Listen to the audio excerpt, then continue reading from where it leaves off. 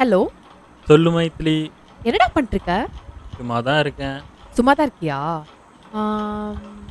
Weekend தானே, எங்கேயாவது வெளியில போலாமா? எங்க போலாம்? மால்க்கு. மாலா?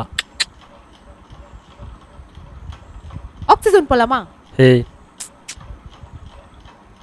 கோகாட் ஹே போலாம். இங்கே துடிலூரில் எக்ஸிபிஷன் போட்டிருக்கானாமா, சூப்பராக இருக்கும். டெல்லி எப்போலாம் வேற செம்மையாக இருக்கும், போகலாமா? எக்ஸிபிஷனா?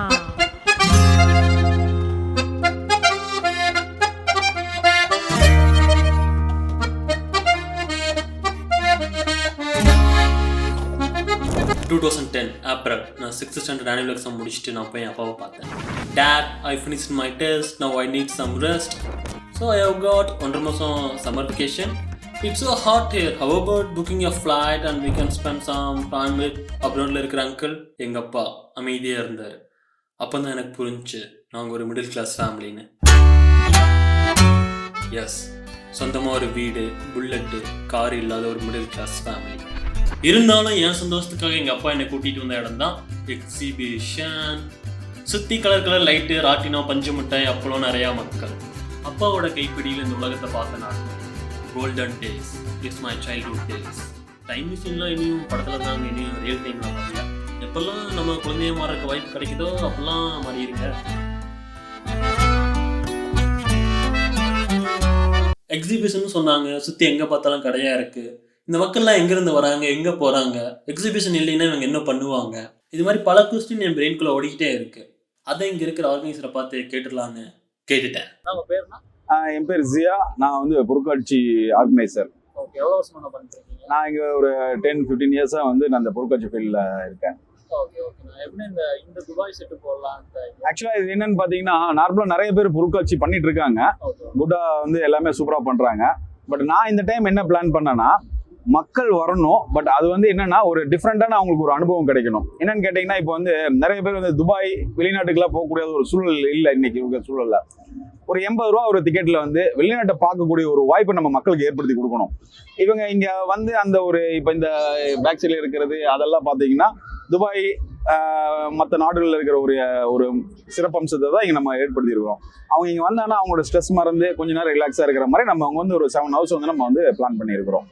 எளிய மக்களுக்கும் ஃபாரின் பார்க்கலாம். ஆமா, எளிய மக்களுக்கும் ஏனைய மக்களுக்கும் எல்லாத்துக்கும் வந்து நம்ம வந்து ஒரு பிளான் பண்ணி நம்ம பண்ணியிருக்கிறோம்.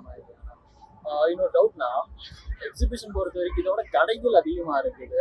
இதோட நோக்கம் என்னது? வியாபாரம் மட்டுமா, இல்லை அந்த கடைகளுக்கான அந்த பீப்புள் எங்கிருந்து வராங்க? அதாவது பொதுவாக வந்து பொருட்காட்சி பார்த்தீங்கன்னா எல்லா பொருட்களும் ஒரே இடத்துல வாங்கக்கூடிய ஒரு சூழல் இருக்கு.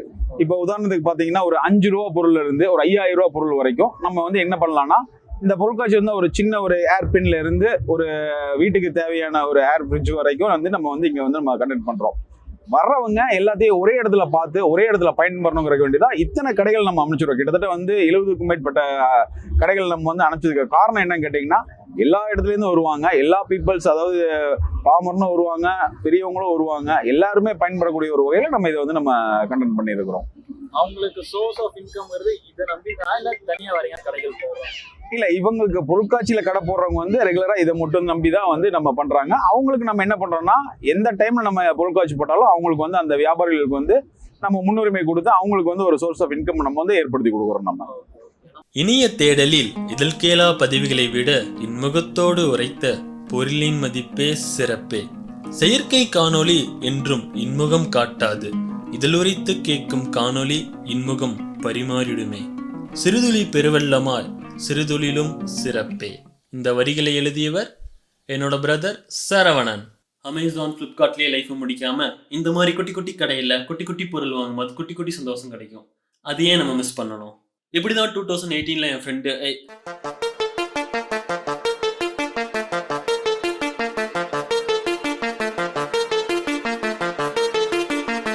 யாரும் பேனிக் ஆகாதீங்க, நான் இங்கே தான் இருக்கேன்.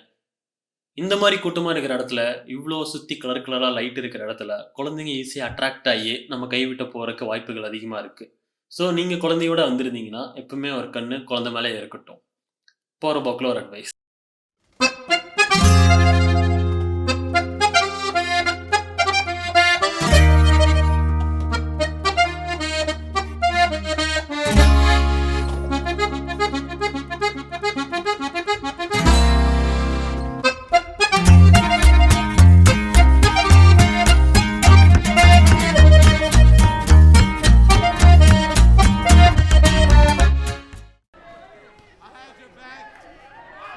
எனக்கு என்னவோ மைத்திலி இங்கே தான் இருக்கான்னு தோணுது.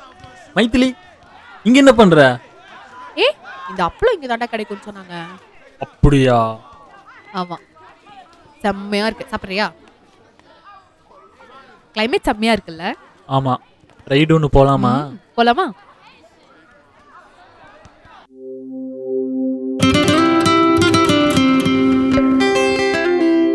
டூ 2021 நான் ஒரு ஷார்ட் ஃபிலிம் பண்ணேன். அந்த ஷார்ட் ஃபிலிமோட ஷார்ட் சாங் தான் இது.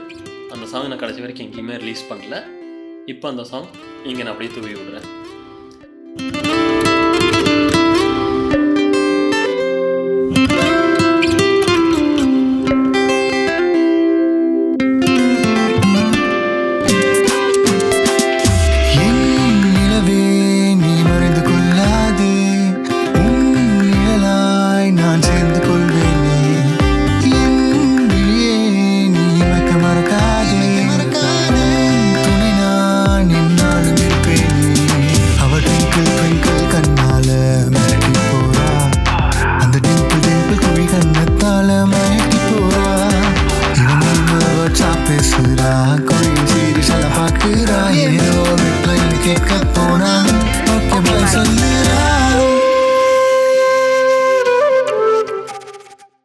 இங்கே இருக்கிற ஸ்னோ வேல்டை நாங்கள் விசிட் பண்ணோம். அப்போ இந்த குழந்தை வந்து என் கூட டான்ஸ் ஆடுவீங்களான்னு கேட்டுச்சு.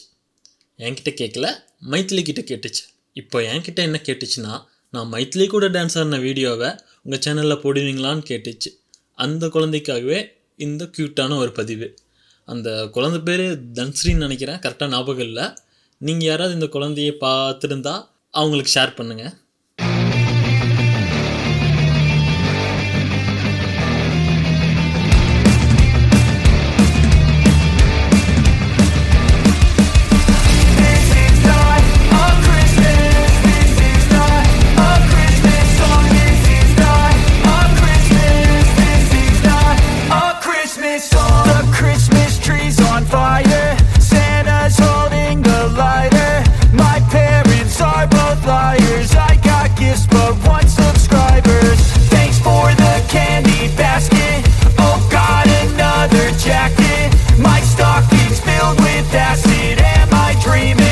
Just happened.